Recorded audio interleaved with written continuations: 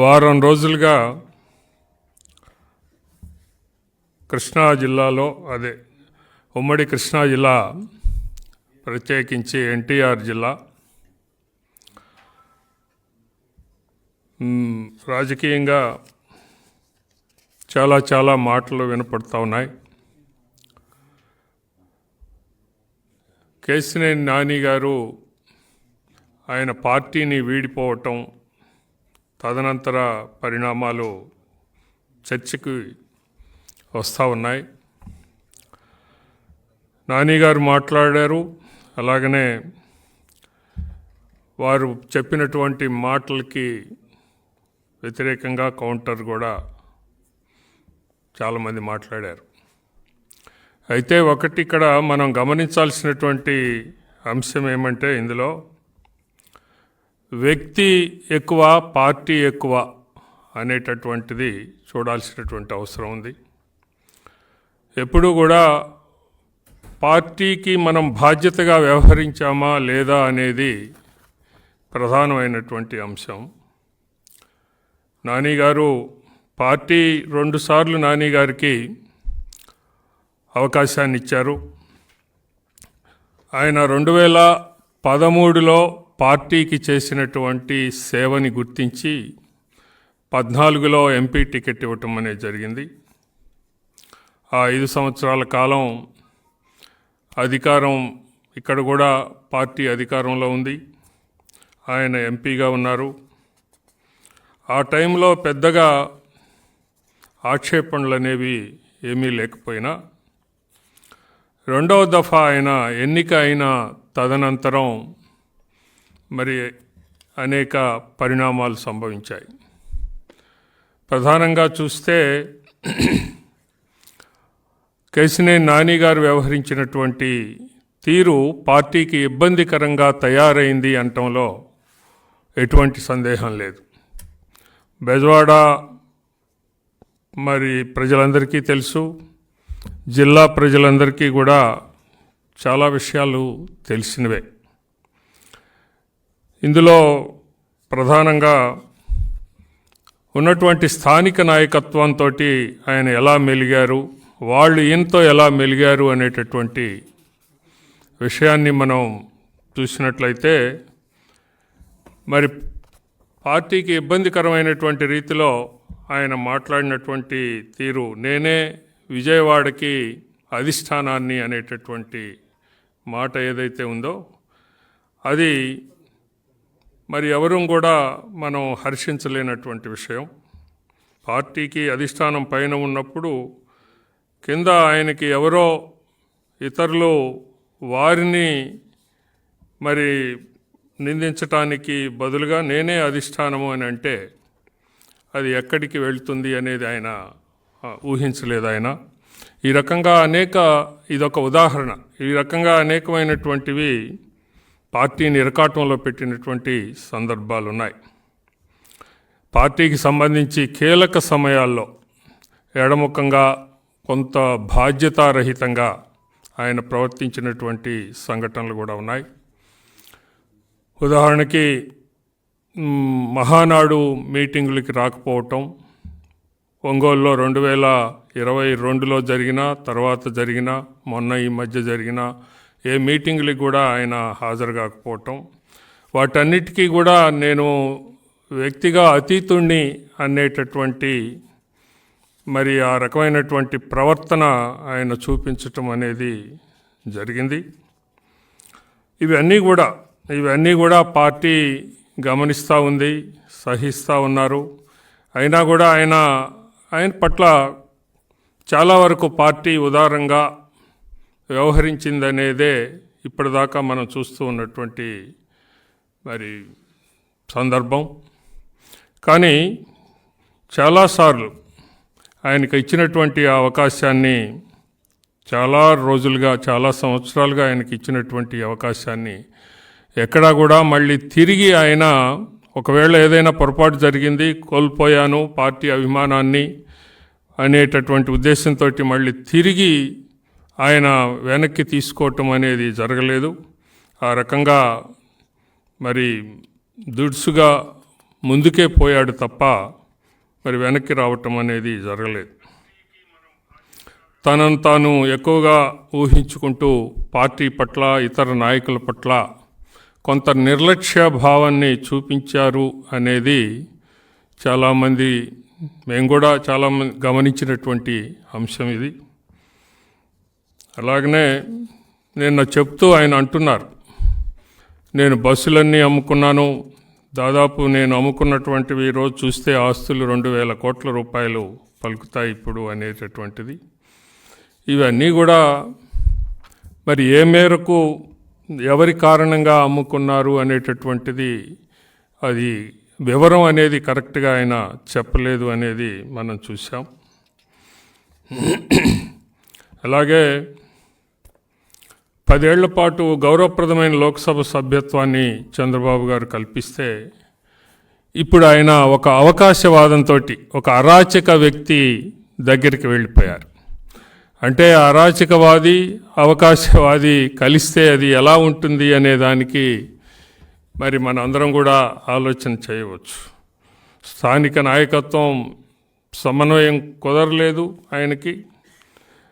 అది మళ్ళా రేపటి ఎన్నికల్లో ఆయనకి అది మరి ఏ రకంగానూ ఆయన బాధ్యతని ఆ సమన్వయాన్ని చేసుకోలేకపోతాను అనేటటువంటి ఉద్దేశంతోనే పార్టీని వీడినట్లుగా కల్పిస్తుంది తప్ప ఎక్కడా కూడా పార్టీ ఆయన్ని ఇప్పటి వరకు కూడా మరి తను పార్టీ దూరంగా పెట్టినటువంటి పరిస్థితి ఏం లేదు.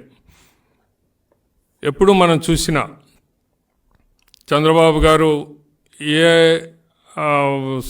సందర్భాన్ని అయినా కూడా ఆయన ఢిల్లీ పోయినా లేకపోతే ఇక్కడ ఏదైనా మరి సందర్భం ఉన్నా ఆయన్ని గౌరవంగానే పిలవటం అనేది జరుగుతూ ఉంది. ఆయన కూడా ఆయా సందర్భాల్లో అటెండ్ అవుతూనే ఉన్నారు. కానీ మళ్ళీ బయటికి వెళ్ళి మరొక రకంగా ప్రవర్తిస్తూ ఉన్నటువంటిది పార్టీ గమనించే మరి ఏమైనా సరే దీన్ని మనం ఏ రకంగా ఈ యొక్క పరిస్థితిని నివారించాలి అనేటటువంటి ఉద్దేశం ఆలోచనతోనే ఇన్నాళ్లుగా కూడా నడవటం అనేది జరిగింది. కానీ ఈరోజు మనం చూస్తే జగన్మోహన్ రెడ్డి దగ్గరికి ఆయన ముందుగానే మరి ఒక అండర్స్టాండింగ్తో వచ్చి పోయినట్లుగానే మనం భావించాల్సినటువంటి మరి పరిస్థితి కనపడతా ఉంది. ఇలాంటి వాళ్ళు తెలుగుదేశం పార్టీని వీడిపోయినందువలన మంచే జరుగుతుంది కానీ ఎలాంటి చెడు జరగదు అనేది మనందరికీ తెలుసది. చాలామంది ఆయనతో పాటు ఉన్నవాళ్ళు, ఆయనతో పాటు ఇప్పటిదాకా కూడా సహచరులుగా అనుచరులుగా మెలిగినటువంటి వారు అందరూ కూడా ఈ రోజున పార్టీకే నిబద్ధులై ఉన్నారు తప్ప మరొక రకంగా ఆయనతో వెళ్ళిన వారు చాలా చాలా తక్కువ అనేది మనం గమనిస్తే తెలుస్తూ ఉంది. అంటే పార్టీ విలువ అనేది ఉన్నప్పుడు మాత్రమే ఉంటుంది తప్ప, పార్టీలో ఉన్నప్పుడు మాత్రమే ఉంటుంది తప్ప ఆయన బయటికి వెళితే అది ఏ రకమైనటువంటి గౌరవాన్ని ఇవ్వదు అనేది ఆయనకి తెలియట్లేదు. రేపటి పరిణామాలు ఆయనకి తెలుస్తాయి. ఆయన ఈ రోజున సాక్షి పేపర్లో ఆయన వెళ్ళినటువంటి ఆయన వైకాపాలో చేరినటువంటి దీన్ని భారీ హెడ్డింగులతో రాశారు ఇవాళ. అంటే ఏంటిది? ఏదో భారీ నష్టం టీడీపీకి జరిగిపోయిందని దానిలో చాలా అసత్యాలు వండి వార్చడం అనేది జరిగింది. పలువురు సిట్టింగ్ ఎంపీలు ఎమ్మెల్యేలు సీట్లు ఎగ్గొట్టడంతో పాటు స్థానచలనంతో వైసీపీ ఇప్పటికే భారీ రాజకీయ సంక్షోభాన్ని ఎదుర్కొంటా ఉంది. అలాంటి పార్టీలోకి ఈయన వెళ్ళటం అంటే దీన్ని ఏదో తగ్గించి చూపించి ఒక వ్యక్తి తెలుగుదేశం పార్టీ నుండి బయటకు రాగానే దాన్ని చెలువలు పలువలు చేసేందుకు ఆ మీడియా ప్రయత్నం చేస్తూ ఉంది, ఈయన్ని వాడుకుంటా ఉంది. అంతే తప్ప ఇప్పటికే ప్రజలు సమాయత్తులై ఉన్నారు. ఈ యొక్క వైసీపీని ఎప్పుడు పూర్తిగా తొలగించుదాము అనేటటువంటి ఉద్దేశంతోనే ఉన్నారు. అలాగే డబ్బున్న వారికే సీట్లు ఇస్తారా అనేటటువంటి మాట కూడా నేను అన్నారు ఆయన. డబ్బున్న వారికే సీట్లు ఎవరిస్తారో స్వయానా కొందరు వైసీపీ నాయకులే వాస్తవాలు బయటపెట్టారు. 140 కోట్ల రూపాయలు డిపాజిట్ చేస్తేనే ఎంపీ టికెట్ ఇస్తామన్నారని, అందుకు తాము అంగీకరించలేదని చాలామంది పలువురు వైసీపీ నేతలు చెప్పారు. మనం చూసాం. నేనటి అంబటి రాయుడే దానికి తాజా ఉదాహరణ. మాజీ క్రికెటర్.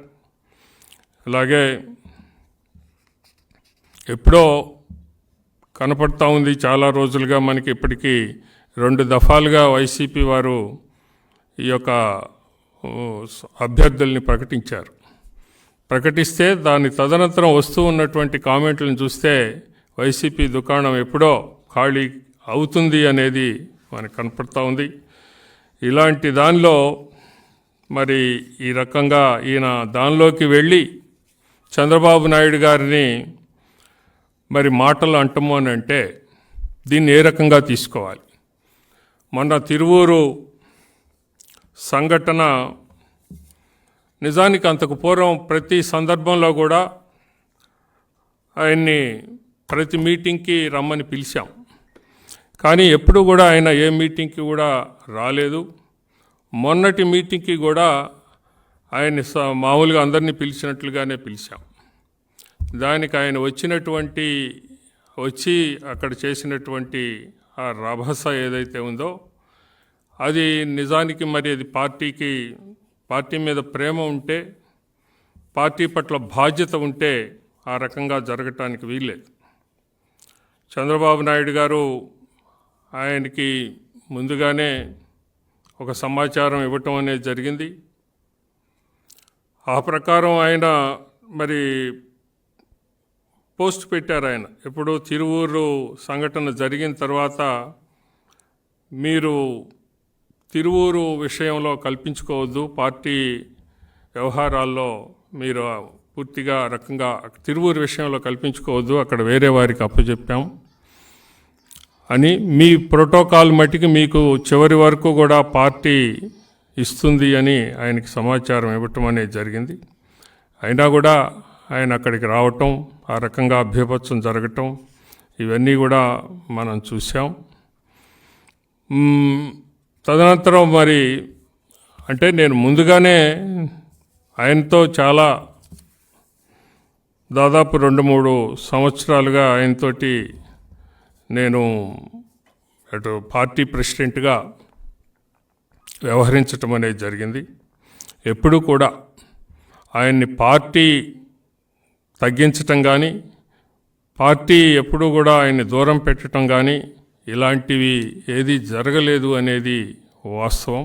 ఆయనే దూరం జరుగుతూ మరి చివరికి ఈ రకంగా బయటికి వెళ్ళటం అనేది జరిగింది. పార్టీ ఎప్పుడూ కూడా ఆయనకి టికెట్ ఇవ్వటం లేదు అనేది ఇప్పటి వరకు చెప్పలేదు. ఆ టైం కూడా రాలేదు. ఆ టైం రానప్పుడు ఆయనే మరి నాకు ఇవ్వరేమో అనేటటువంటి ఉద్దేశంతో బయటికి వెళ్ళినట్లుగా కనపడుతుంది తప్ప పార్టీ ఆయన్ని దూరం పెట్టలేదు అనేది వాస్తవమైనటువంటి విషయం. ఈ రోజున ఆయన మోసగాడి పంచన చేరారు. 2 సార్లు ఎంపీని చేసిన చంద్రబాబు, లోకేష్లపై ఆయన నోరు పారేసుకోవటము అనేది సరైనటువంటి విషయం కాదు. వ్యక్తిగత స్వార్థం కోసం అమరావతిని కూడా అన్నారు ఆయన. అమరావతి ఆంధ్రుల రాజధాని అందరూ కూడా కావాలి అని కోరుకుంటుంటే జగన్ ఏదైతే 3 రాజధానులు చెప్పారో దాన్ని సమర్థిస్తున్నట్లుగా ఆయన మాట్లాడటం అనేది జరిగింది. ఇది నిజంగా ఏ రకంగా ప్రజలు హర్షిస్తారు అనేది మనం ఆలోచించాల్సినటువంటి అవసరం ఉంది. అలాగనే ఈ సైబరాబాద్ అభివృద్ధితో హైదరాబాద్, సికింద్రాబాద్తో పాటు తెలంగాణలోని అన్ని జిల్లాలు అభివృద్ధి అయ్యాయి. అమరావతి కూడా సైబరాబాద్ లాంటిదే. దానిపై నిందలు వేయడం అనేది కేశినేని నానికి తగదు అనేది నేను అంటా ఉన్నా. పోతే విజయవాడ ఇందాకనే అన్నాను నేను, 7 ఇన్ఛార్జీల్లో ఎవరూ కూడా ఆయన వెనక వెళ్ళలేదు అనేటటువంటిది. మొత్తం ఎన్టీఆర్ జిల్లాలో రేపు 7 నియోజకవర్గాలు కూడా గెలుస్తాయి అని అనటంలో ఎటువంటి సందేహం లేదు. పార్టీ పరిస్థితి ఎలా బలంగా ఉంది, ఇలాంటి పరిస్థితుల్లో ఆయన బయటికి వెళ్ళి ఏ రకంగా ఆయన మళ్ళీ నిలబడి మరి ఢిల్లీ వెళ్తాడు అనేది మరి ఆయనకే తెలవాలి.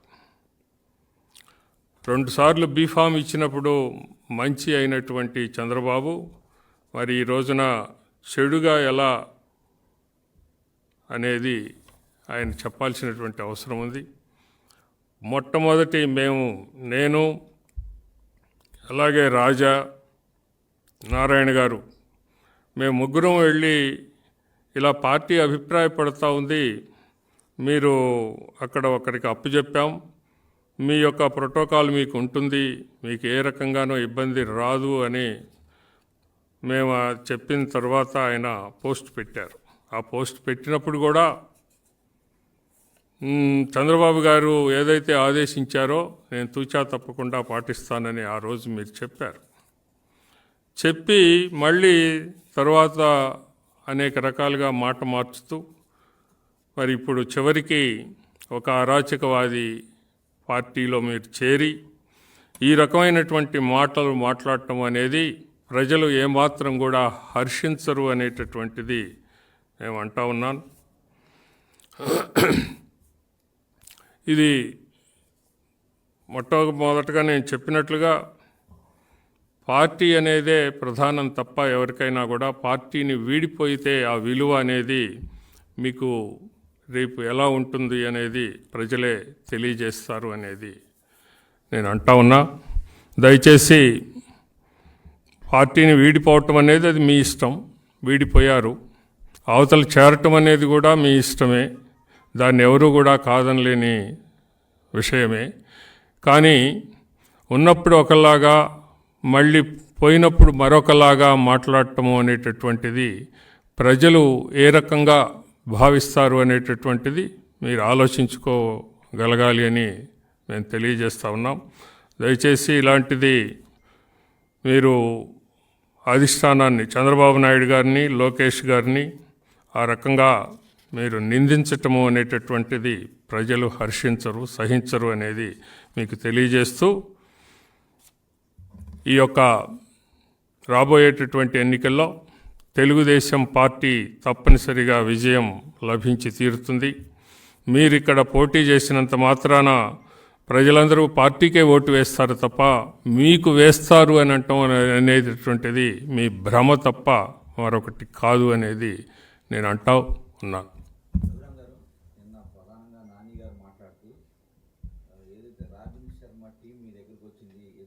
కార్పొరేషన్ ఎన్నికల్లో ఆ సమయంలో పరిస్థితి బాగాలేదు, కేవలం 5 వార్డులు కూడా లేవు అని చెప్పారని చెప్తున్నారు. మీరే సాక్ష్యంగా ఉన్నారని కూడా చెప్తున్నారు. ఆ రోజు పరిస్థితి విజయవాడలో అది ఆయన ఆ రోజు చూసాం మనం. అసలు నాని గారు అలా వ్యవహరించటము అనేటటువంటి దాని మీదనే అక్కడ కొంత డిస్టర్బెన్స్ అనేది జరిగింది. ఆ డిస్టర్బెన్స్ కారణంగా ఆ పరిస్థితి అక్కడ ప్రజల్లో సరైనటువంటి ఇది లేకపోయిన కారణంగా ఓడిపోతామేమోననేటటువంటి ఆలోచన, అంటే ఎక్కువ సీట్లు రావేమోననేటటువంటి ఆలోచన అయితే ఆ రోజున జరిగింది. అది అయినా నిజానికి ఆయన కనుక మొత్తాన్ని అందరినీ కూడా సమన్వయం చేసుకోగలిగితే ఆ రోజు తన శ్వేత నిలబడ్డది కాబట్టి ఆయనే కొంత తగ్గి చేసుకోగలిగినట్లయితే మంచి రిజల్ట్స్ వచ్చాయంటంలో ఎటువంటి సందేహం లేదు. నేను చెప్పిన 2-3 సందర్భాల్లో ప్రతిదానికి మీరు సాక్షి మీరే ఉన్నారని ఆయన మీకు అన్నీ తెలుసు. చంద్రబాబు గారు మీకైతే మాట్లాడిస్తారు, కొన్ని వ్యాఖ్యలు కూడా మీ ద్వారానే చెప్పిస్తారు అని కూడా ఆయన ప్రస్తావిస్తుంది. ఇప్పుడు పార్టీలో ఇంటర్నల్గా అనేకమైనటువంటి విషయాలు మాట్లాడుకున్నాం, అందులో వేరే ఏం లేదు. ఏది చంద్రబాబు గారు నాతో మాట్లాడటం కానీ నేను ఆయనతో మాట్లాడటం కానీ ఇంటర్నల్గా డిస్కషన్స్ ఉన్నాయి, ప్రపోజల్స్ ఉన్నాయి, ఇవన్నీ ఉంటాయి జనరల్గా. అవి ఏవైతే ఓపెన్గా బయటికి నిర్ణయం తీసుకున్న తర్వాత బయటికి వచ్చిన వాటినే మనం పరిగణలోకి తీసుకోవాలి తప్ప మరొక రకంగా తీసుకోవటానికి వీల్లేదు కదా. స్వామిదాస్ గారు కూడా ఏదో మాట్లాడారు, ఏమన్నా ఆయన కూడా వెళ్ళిపోతారని ప్రచారం జరుగుతుంది. ఇంకా తెలియలేదు, ఆయన అయితే బహిరంగంగా ఇంకా ఏం చెప్పలేదు బయటికి. అలాంటిదేమి ఇప్పటి వరకు అయితే సమాచారం లేదు.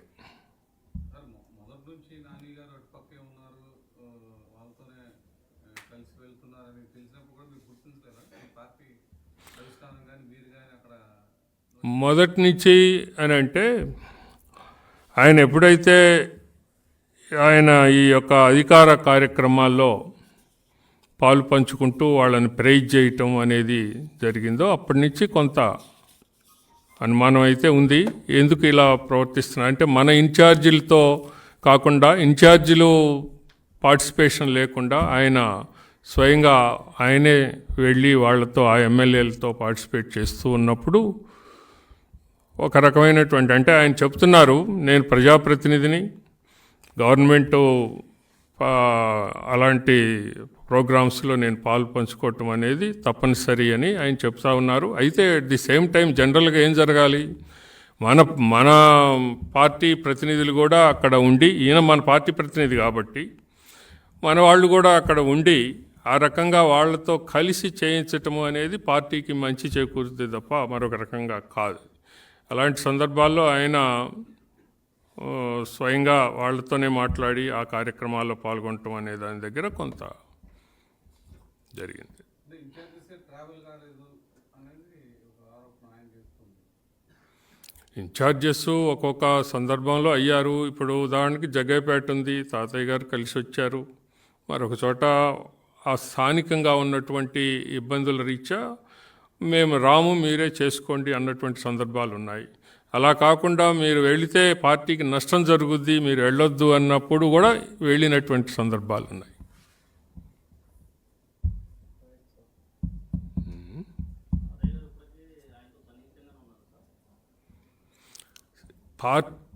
వ్యక్తులతోటి సన్నిహితత్వం అనేది పార్టీలో ఉన్నప్పుడు ఆయన ఎంపీగా ఉంటాం, వీళ్ళు ఇన్ఛార్జీలుగా ఉంటాము. ఆ కారణంగా ఆ సన్నిహితత్వం ఉండొచ్చు. కానీ ఒకసారి కాదు అన్న తర్వాత పార్టీని వీడిపోయిన తర్వాత అలాంటి పరిస్థితి ఏమీ ఉండదు. అది మనకు కనపడతా ఉంది.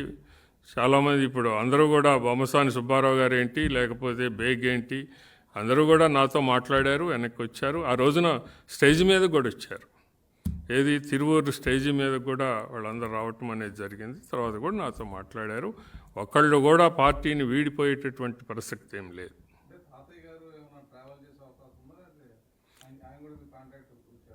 తాతయ్య గారు అసలు అలాంటి ప్రశ్నే ఉత్పన్నం కాదు. అదేదో మనం మీడియాలో వచ్చినది తప్ప తాతయ్య గారు ఆయనతో సెయిల్ చేస్తారు అనేటటువంటి మాటలో అసలు ఏమాత్రం దానిలో నిజం లేదు.